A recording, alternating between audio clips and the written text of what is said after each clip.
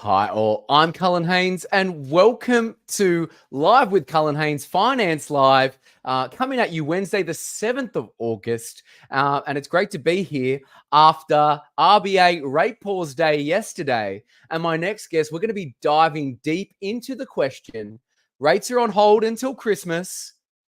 Is it time to buy now? I get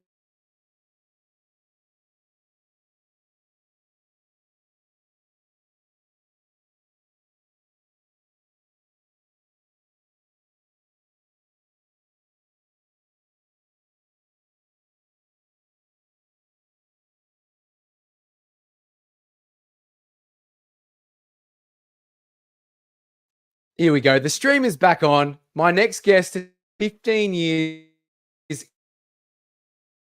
in the property realm, based in London, has moved to Sydney and is both a buyer's agent and real estate agent, currently working at Vernon Partners. Could you please make very welcome the one, the only, Mr. Richie Tramontana. Mr. Richie, how are you, sir? I'm great, Colin. What an introduction. Thank you.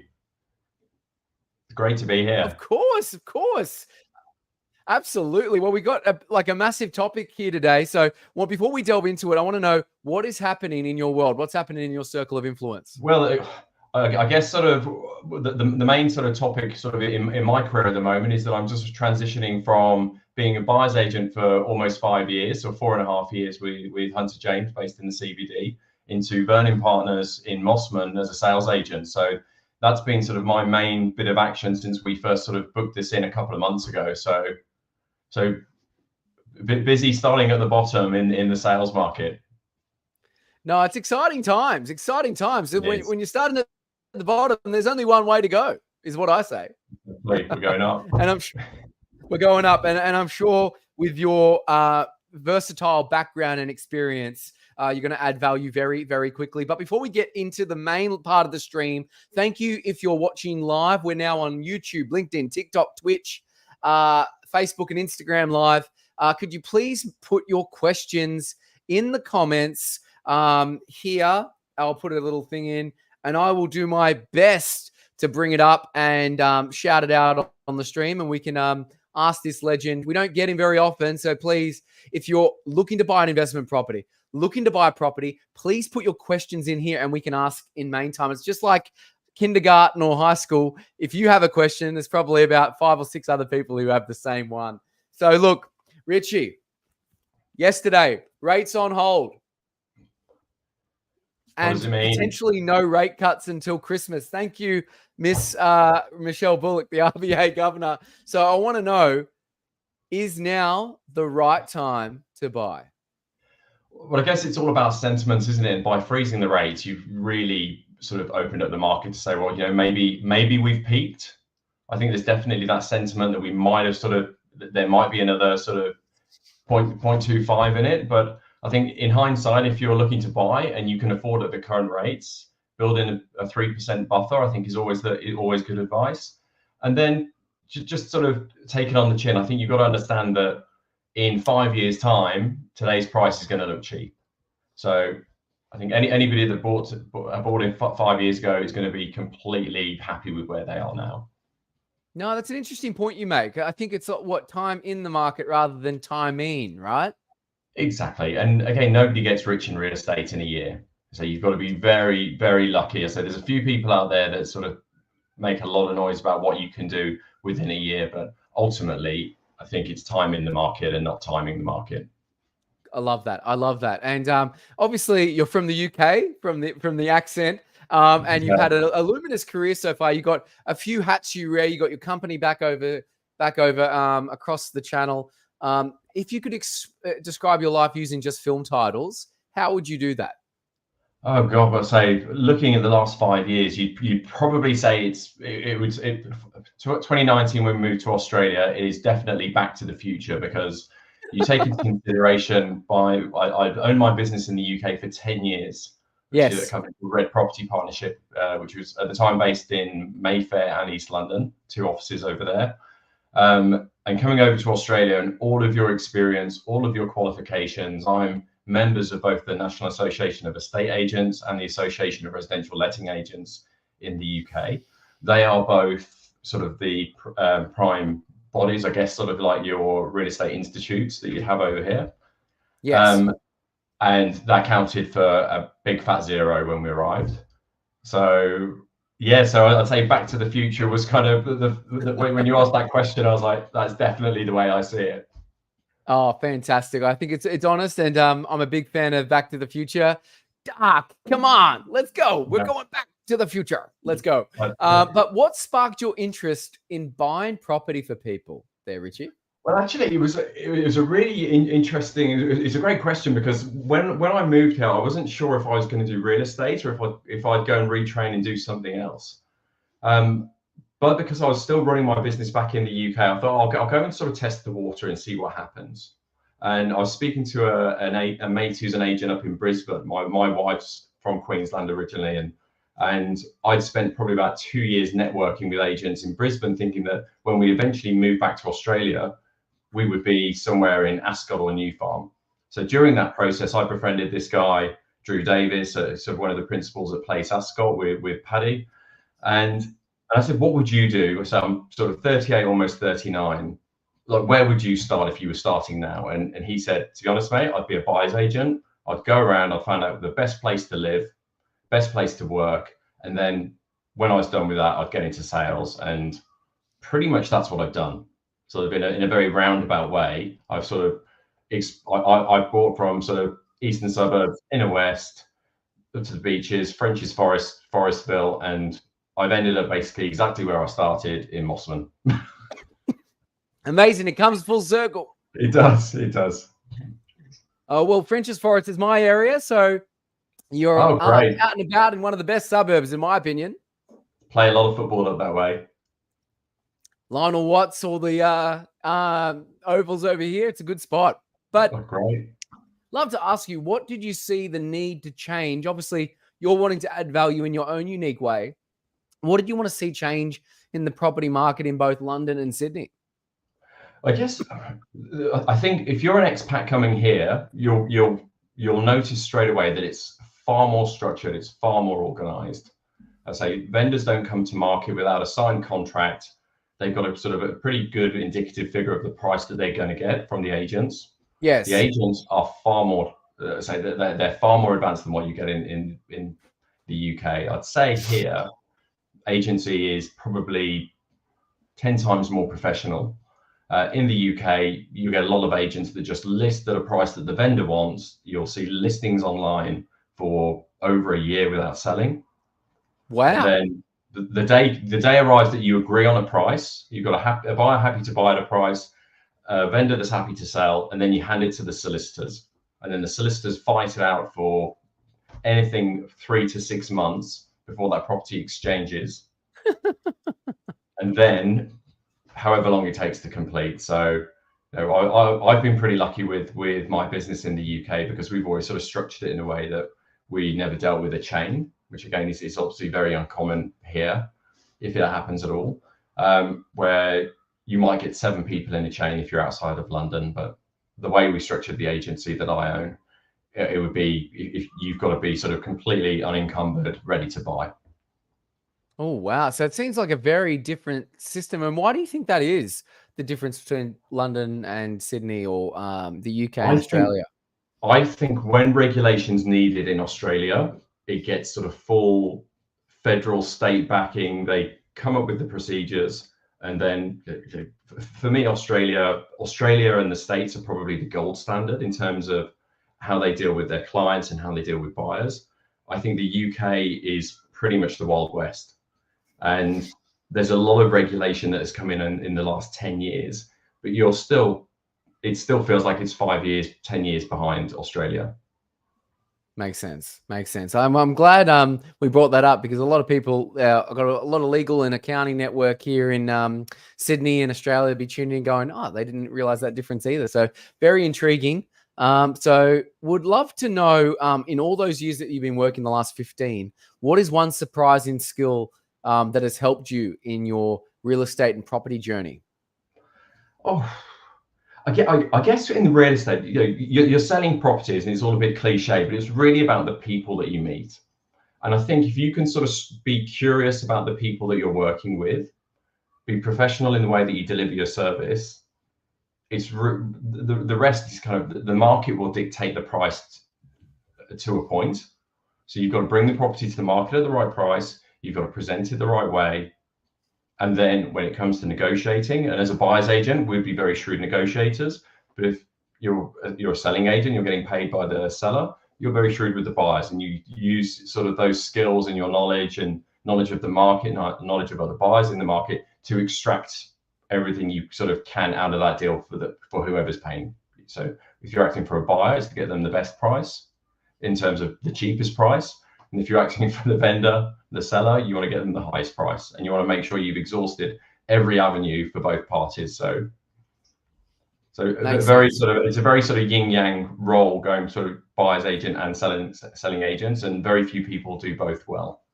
No, it's definitely intriguing because obviously there's a lot of agents in Australia, but there hasn't been many buyers agents recently. But that's changing with Ben Handler's buyer's agency school, and it seems that it's becoming a profession that people are getting into quite quickly. What should people be aware of when they choose a buyer's advocate on their side, so they're not going with someone who, no disrespect, but is driving Uber and is just doing this property gig as a side hustle?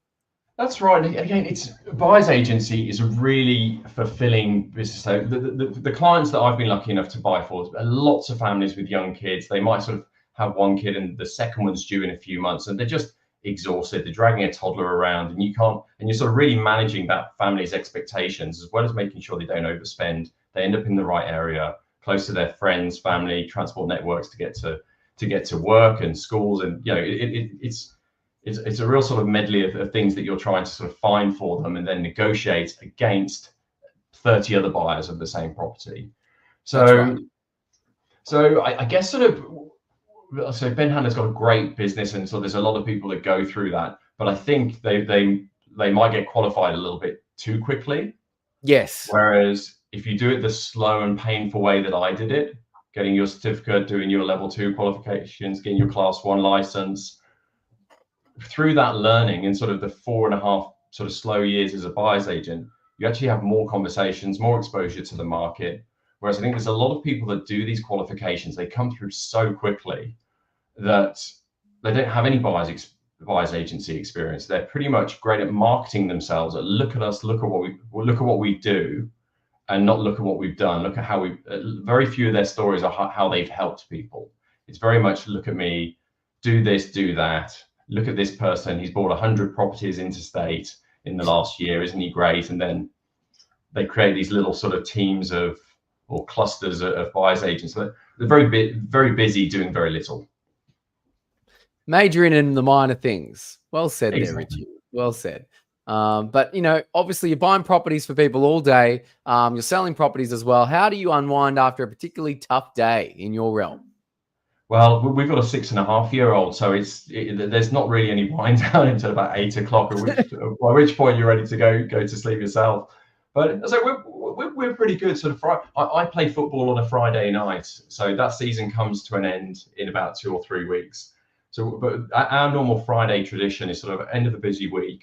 We batch cook a ton of bolognese that lasts about 10 weeks, and we sort of take that out of the freezer, whack it in the microwave, open a bottle of wine, and we all sit around the table and sort of just have a bit of a decompress. And we're normally, say, on a non sort of league weekend, we're in bed by 9 o'clock on a Friday. And I think the trick is to make sure you actually get enough sleep.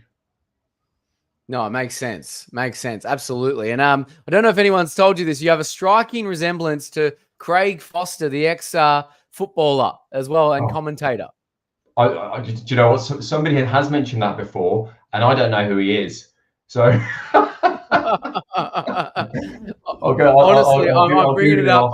I don't know if I can. Maybe I can share my screen. Let me see if I can do this. We'll drop it in the chat on LinkedIn afterwards. Oh, we should definitely do that for sure, because it's quite uncanny if you know who it is. I'll put it up here. There you go. That's Craig Foster, mon ami. What do you reckon? Oh, he's a bit better looking than me, but yeah. No, he doesn't hold a candle to you. There, Richie. But nonetheless, very kind. That's okay. We'll put that off there. I think we're back online. Can you? Okay, we're back. Very good. Now, would love to ask you: are there any passion projects you're working on right now? I guess at the end of last year, an architect friend and I sort of sat down and we were having a coffee one lunchtime, and we were talking about sort of the opportunities of all of development in Sydney and sort of the projects that he'd worked on. He was sort of a key member of the team with Make Architects, who did the concourse over Wynyard Station. So pretty much that whole Shell House complex was one of Adam's projects. So we were having a chat, and I said, there's no reason why you can't do these things yourself. And I said, ultimately, you need to find the sites, you need to agree a price, find the money, and build it. So in its simplest terms, we turned a coffee conversation into a small property development firm. So that's pretty much ready to launch sometime next month. That's exciting. Whilst we've been doing that, you've had all the transport-orientated development announced by the Fed, which blew up our first deal in Clara, next to the train station there, because the owner decided that it was worth 3 times more than what we'd agreed. So we lost that one. But we're sort of unraveling a few deals. So as they come across now, we've put together our cheat sheet for any property developments that we find. I've got a small website set up, and whenever something interesting comes across the table, we say, well, let's run the numbers on that. It takes me about an hour to process. If it looks any good, I share it with Adam, the architect business partner. And if we think it's got legs, we then go off and have conversations with a few people with deep pockets. Interesting. Are you able to share like the name of the venture, or is that TBC? It's TBC at the moment, but if that goes live, it will be sometime before Christmas. Okay, fantastic. And what demographic? Because there's a few people, usually professionals, watching. What kind of person or investor or individual would be interested in these kind of developments as to buy? In terms of buying, they're probably more of the areas that we've seen so far. They'll either be sort of Asian buyers, so big around sort of Chatswood, Clara. The sites that we've been reviewing in Mossman, 100% downsizer or young families. Okay. But we're really interested in that sort of corridor running down from the CBD to Alexandra, Zetland. All of ideally, what we'd love to do is some warehouse conversions of old pubs, warehouses, churches would be another one we'd consider. Amazing. And I want to I'm endeared by everything you're saying, but I want to latch on to, I put it as the quote of this, that you love helping young families. I'd like to delve more into that. What is it about young families that you like adding value to and helping them self-actualize in particular? I guess I probably like it because it feels very close to home for me. So we've moved over from the UK. Because my wife's Australian. We own a property in the UK. We own a house in Brisbane. I guess we're rent vesting in Sydney, and we're sort of positioned nicely in Mossman. But you see the struggles that everybody has when they're looking to buy a home, and I think you'll get a couple. You're like, I can really add value to what they're doing. They're both busy with work, or one's working, one's pregnant, looking after a kid. They don't want to be schlepping around sort of Sydney at the weekends and late on a Wednesday, Thursday. And you could really sort of add a lot of value to their journey, and actually sort of moving them from A to B can be fantastic. And I guess it was probably about 2 years, so halfway through the buyer's agent journey, I started sort of stumbling across like a family that was they had one kid, they're about to have the second, and they were just exhausted, and they were really grateful when we found them something within 6-7 weeks.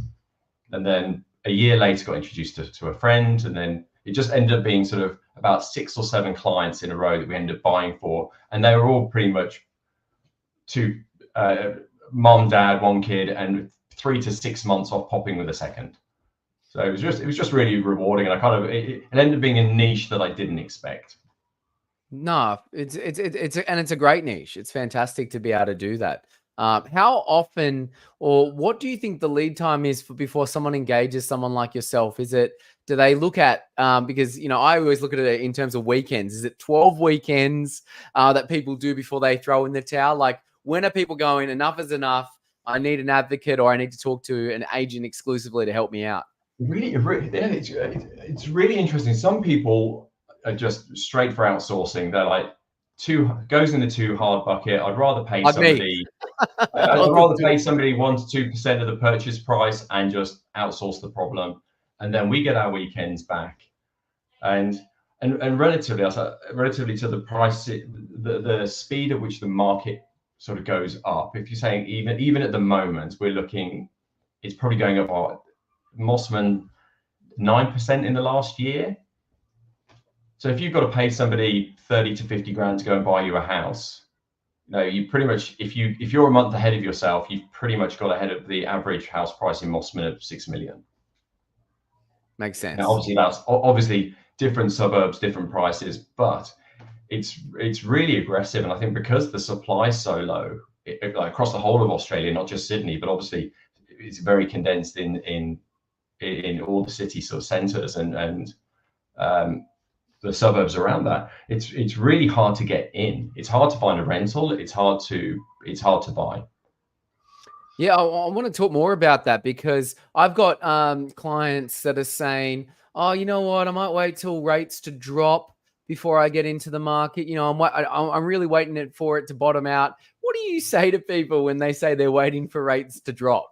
I think all you've got to do is refer them back to the historic data, and I don't think, let's say, 2008, Australia barely experienced the financial crisis. It sort of skidded through as the gold standard globally of how to deal with the GFC or AGFC or even with COVID. It probably they swung the needle probably a little bit too far the other way with the assistance with COVID, and we're all paying for it now with the high interest rates. But of course, I think in terms of sort of the population of the country, I think everybody got through relatively well. I think so. I think we weathered the storm. I was talking about it in a couple of previous episodes and on the Lawyers Weekly with Jerome Dorasami. This fixed rate repayment cliff, everyone, fixed at 1.89, 1.99, and everyone's coming off. Yes, there is a big influx of people, or outflux of people moving to 6%, 7%, but it's not the cliff that we expected. It was more like a wave, and people have weathered it genuinely okay. But lawyers who are our clients and accountants who are our clients, they're not immune, and there are still people on relatively high incomes, like I'm talking partner level, that are stretched. Everyone thinks, just because you earn more, you're immune to this sort of thing. No, like it's lifestyle creep. Everyone at the top is going through similar heartache and pain. Maybe not to the same extent, but everyone's stretched. You're absolutely correct. I think it doesn't matter sort of how much. It doesn't matter how sort of high your income is. It's how much do you hold on to at the end of each month, and again, so if you're earning $1 million a year and you've got a mortgage of 2 million, it's a lot of money going out every month. And if you've gone if you get from 1% to 5%, it's gonna hurt. Absolutely. That's 15K minimum per month that you're paying on that mortgage. So it definitely hurts. And what does Jim Rohn used to say, my old mentor? He goes, when you get one of those months, you got too much week left at the end of the month. I think that's what people are feeling in this current day. Like, that's what it is. And we're seeing it in the retail figures, a lot of retail stores are doing it tough because no one's got the disposable income anymore to spend on it. So they're counting their pennies a little bit. But that's probably a nice segue in terms of where are we heading to? What's happening in the real estate profession, not only in Sydney, but around the world in places like London? Where do you see it in 10 years? Again, I'd say probably if you take Sydney as, again, sort of the gold standard, this is the market that I'm sort of mainly focused on and working in now. Again, a lot of people are really sort of focusing on sort of what AI is sort of the buzzword, but it's not it's not so much in terms of what it can do to sort of earn people more money. It just saves people time. It's sort of a lot of the admin's being run by AI now. A lot of people are sort of getting content out faster and smarter, and fact checking with the AI as well. But again, I think with real estate, you're probably going to see that the video goes into sort of the virtual space, which again will lead to faster transactions because people won't need to physically, so they would like to physically inspect a property, But we're seeing it now, and when you're buying for a client, you'll run around, send them a video, and if they really like it, we'll run around and do a 360 GoPro 360 video, upload that to YouTube, and they can basically walk around the place as if they were there. Obviously, you can't touch and smell it, but it's probably not far off. If you could say the next decade, we're probably not far off that. No, well said. Again, well said. Yeah, and then you probably sort of, again, in terms of transactions being faster, is that even sort of a blockchain has been sort of a bit of a buzzword for probably getting on a decade now, but it's actually getting sophisticated enough that you can do transactions a lot faster. You can move money sort of globally in quite large amounts relatively quickly with blockchain. The smart contracts, absolutely, for sure. And in terms of your own unique client situations, what would you say is the most unusual client request or property you've ever experienced over the last 15 years? I wouldn't say I've had any that are sort of particularly weird, but we sold an apartment in Pimlico to a young wealthy guy who was from a very sort of wealthy family, and that's probably getting on 7, 8 years ago now. And a year after him buying the apartment, he came back and said, "I want 3 identical apartments in the same building." And luckily, we knew the developer who'd held onto a few rentals, so we found 3 tenanted apartments that were identical. So he ended up having, say, the 2nd floor, and then he ended up buying the 5th, 6th, and 8th floor in the same block. And the developer was over the moon. They sort of no rent void, passed it on to somebody that bought in the block already. But yeah, so a £3-4 million deal ended up being like a £10 million deal. So it was an unusual request and a fantastic fee. I bet. I wonder why they wanted 3 identical. It's very, very interesting. I think it was the dad, the sister, and the grandparents to have a pied-à-terre in London.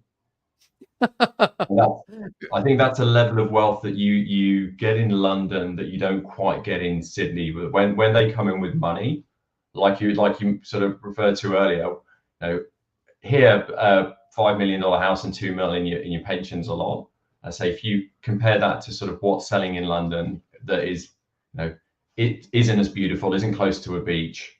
Let's say when we look at places on sort of Balmoral slopes and they're 15-20 million, they look like a bargain if you come from the UK and you've been there with the low grey skies and cloudy wet summers and what have you. No, we were talking offline about it, and it's same in the States. I think it has to do with, obviously, we're a young country and the level of wealth. There's a lot of old money over there, and yeah, you're right. Like financial planners over here, if you've got $2 to $5 million house and between 500 and 2 million in your super or what have you, that is doing it great, right? But there's that other level of wealth that we just don't see here in Australia. But you obviously see, because you're quite worldly and you come from that part of the world. It's just very interesting. I've always found that disparity quite unique.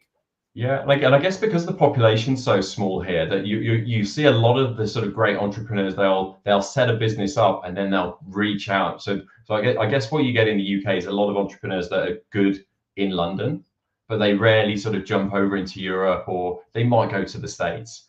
But Australians and say like the Aussies and the Kiwis, they're quite happy to say, right, this business is great here, let's go and do it over there, and then they come back with super money. So you look at the Atlassian guys, they've got a great setup.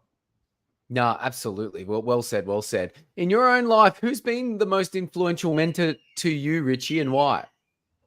I guess I guess it's 20 years ago now. My background was hospitality, so I was sort of all the way from a dish pig to a sous chef to running kitchens to doing sort of a degree in hospitality and tourism and go. So I did 3 a wine bar, a club, and a restaurant, and sort of went into sort of failing businesses and turned them around. And then I got into real estate.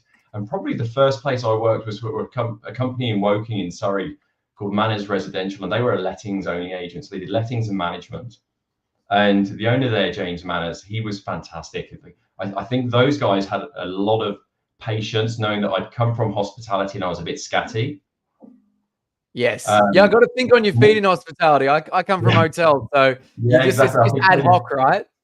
Great customer service, but absolutely head in the clouds. So I think the routine was great. So that was James Manners was the owner. Nick Griffiths The owner, the manager was Nick Griffiths, and James Dean Nick. Workbold was my supervisor. And Dean ended up becoming my business partner in Red in London. He was the best man at my wedding, and his son's my godson. So I'd say those guys were probably instrumental in actually taking a bit of a chaotic mess, packaging it up into a less chaotic mess. And then I moved to London. I worked for one of the big 10 agencies there for a year before moving to a company where it was a great company in terms of exposure with central London, new builds, dealing with lots of international clients. But again, in terms of mentorship at those places, I'd say probably the very first job was the best. Makes sense. And like on that similar thread of what you were talking about, what would you like a lesson to impart to young families watching who are about to start their property journey career? What would you like them to know? What would you have liked to know when you were starting your property journey? Oh, so young bodies coming in. I'd say, look, you've got great trainers in Australia, and I say if you look at sort of people like Josh Fegan and Tom Panos, I'd say I've subscribed with Josh Fegan just because I like his style. I'd say he's very sort of clean and to the point. But one of the points that sort of resonates with me is what he and Alexander Phillips speak about, and that's go and work for somebody that's got a good database and a good reputation in the area where you want to sort of grow your business and grow your income and your sort of area of influence. So I'd say getting to somewhere where you can be working with a really good gun agent with a decent database where you can be useful and you can meet as many people as possible. Nah, well said. We've already got Michael Campbell from Local Values Australia coming in saying, go the Hospo gang. Shout out to you, Michael. Thanks for that. Thanks, we've Michael. also got Adassa saying, good morning. Hope you're both well. Talking about the previous thing we were talking about, obviously it depends on the lifestyle and income versus outgoings. And Adassa, who's obviously been over to London, said it's living in London can be expensive. You have to have money to buy a house in London, and I'm sure you can attest to that there, Richie. So all very good points. Thanks, Adassa. But, we're coming to the end of the stream. We've got some bonus questions for you, but I'd love to ask you maybe a bit more morbid, but Richie, would love to know, how would you like to be remembered when all is said and done? I think I'd like to be known as somebody has carried themselves well and with integrity, somebody that's well liked. I think if I was to be hit by a bus tomorrow, there'd be a few hundred people that would miss me. Touch wood. That doesn't happen. I'd miss you, for sure. I'm not leaving the house for the rest of the day. Definitely not. The sword of Damocles. Just stay safe on the stream with me. We'll be fine. But before we close it off, where can people find you? Where are you hanging out the most? What's the best way for people to get in touch? I think the best way is email me at richie.tramontana@vernonpartners.com.au. You can find me on Instagram, and I actually don't have my handle there, so maybe we'll stick that below at the end of the show. I think it's Richie acronyms licensed real estate agent _Sydney. Okay. Yep, I'll add that. UK, Red Property Partnership. Perfect. We've got the email address down here as well, so please reach out to Richie too. I'm pretty active on LinkedIn, so I'm more of a watcher than a poster, but I think that will change over the next few bits. But I'd say Instagram and LinkedIn. Well, DM, please reach out. And we're changing that today. We are live all over the stream, so you'll definitely get used to Mr. Richie Tramontana. And thank you for being part of our Live with Cullen Haynes Finance Live today, Richie. It's been fantastic. Thanks, Cullen. You're too kind. And I'll see you soon. See you soon. Bring you back with some bonus questions. And if you are a legend of finance or property or accounting or financial planning, and you want to share how you add value to both the legal or accounting community or other communities, please get in touch and we'll bring you both on, or all of you on. But I think we're booked out until November. And I'm having a baby with my darling wife 21st of August. So we'll be having a bit of a break. So it'll probably be December or 2025. So feel free to DM. But thank you for listening in. If you're rewatching, thank you. And also you can get us anywhere you get your podcast as well. Bye for now, everyone, and take care. Bringing you back, Richie, some questions. If you could explain what you do to your child, how would you do that? How do you actually explain what you do day to day? So our daughter's Izzy, and she quite often thinks that I'm buying these houses for myself. I love Bless that. her. In the early days, she got dragged around the eastern suburbs looking at apartments, and she absolutely lost it one day because she said that she wanted the house with the pool. Our house didn't have a pool, and our house was horrible, and that we had to move into the house that we'd just seen for a client. And she had the biggest wobbly in the back of the car. So I think Izzy now understands that I buy houses for other people, and she'll soon learn that I'm now selling them for other people. How cute. Oh, shout out to Izzy. That's a great, great story, I must say. How, if you've had one or you do have one, how would your pet describe you? Oh, we don't have a pet, but we just looked after the toy poodle of the church minister for a week while he and his family went on holiday. So I'd say that the pet would probably describe me as someone that doesn't like pets peeing on the floor. I think it's put us off getting a dog, and I think now we might end up with a cat. No, fantastic, fantastic. And Adassa saying, thank you so much for sharing, both of us. Thank you, Adassa, as well. Thanks, And Adassa. last but not least, if you could give yourself advice at any age, go back in time, what age would you go back and give yourself this advice? And what would the advice be that you'd give young Richie Tramontana? I would say probably 19 when I went to Yep. university, a year out before I went to university, and I worked full time in a bar for the whole duration of university. And I think I would have gone back and I said, work less, study more, and go and get a proper job. Go and get a real job, Richie. Come on. I love that. I love that. Well, thank you so much again. Thank you for everyone for joining in. Adassa saying congrats on the baby roll. Thank God bless you too. Thank you so much, Adassa.